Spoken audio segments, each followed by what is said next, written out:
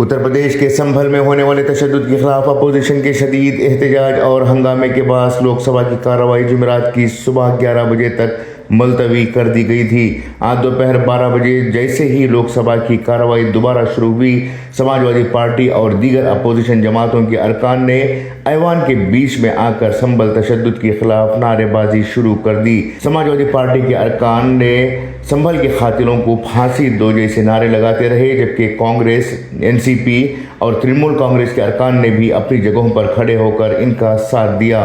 ایوان میں ہنگامے کے دوران پریزائڈنگ آفیسر دلیپ سیکھیا نے ضروری دستاویزات پیش کیے اور اپوزیشن سے اپیل کی کہ وہ اپنے مقامات پر واپس جائیں تاکہ ایوان کی کارروائی خوش اسلوبی سے جاری رکھی جا سکے۔ انہوں نے کہا کہ تمام ارکان کو اظہار خیال کا موقع دیا جائے گا اور ایوان کا وقت قیمتی ہے جسے ضائع نہیں کیا جانا چاہیے۔ تاہم اپوزیشن ارکان نے ان کی اپیل کو نظر انداز کرتے ہوئے احتجاج جاری رکھا۔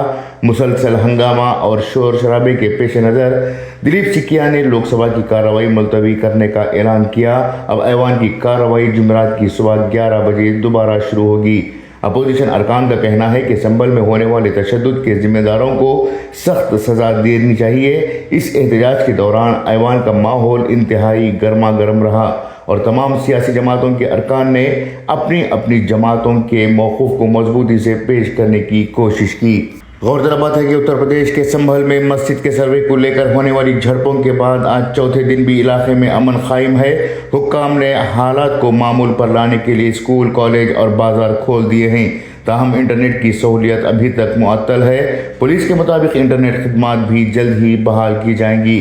دی وائر ہندی کی رپورٹ کے مطابق سنبھل میں پولیس نے 2 خواتین سمیت 25 مسلمانوں کو گرفتار کیا ہے اور سماجوادی پارٹی کے رکن پارلیمان ضیاء الرحمان برق سمیت تقریباً 2500 افراد کے خلاف مقدمہ درج کیا ہے۔ یہ واقعہ مغلیہ دور کی شاہی مسجد کے سروے کے دوران پیش آیا۔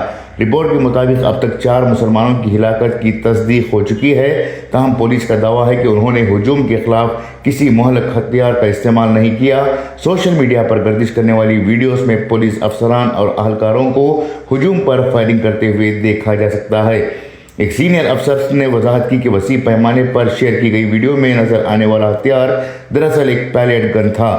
SP کرشن کمار بشنوئی نے بتایا کہ اتوار کو ہونے والے تشدد کے بعد پولیس نے فوری طور پر انٹرنیٹ بند کر دیا تھا۔ انہوں نے کہا کہ اس واقعے میں ملوث 100 سے زائد افراد کی شناخت کر لی گئی ہے اور ان کے خلاف قانونی کارروائی کی جا رہی ہے۔ مزید 27 افراد کو گزشتہ 24 گھنٹوں میں گرفتار کیا گیا، جن میں 25 مرد اور 2 خواتین شامل ہیں۔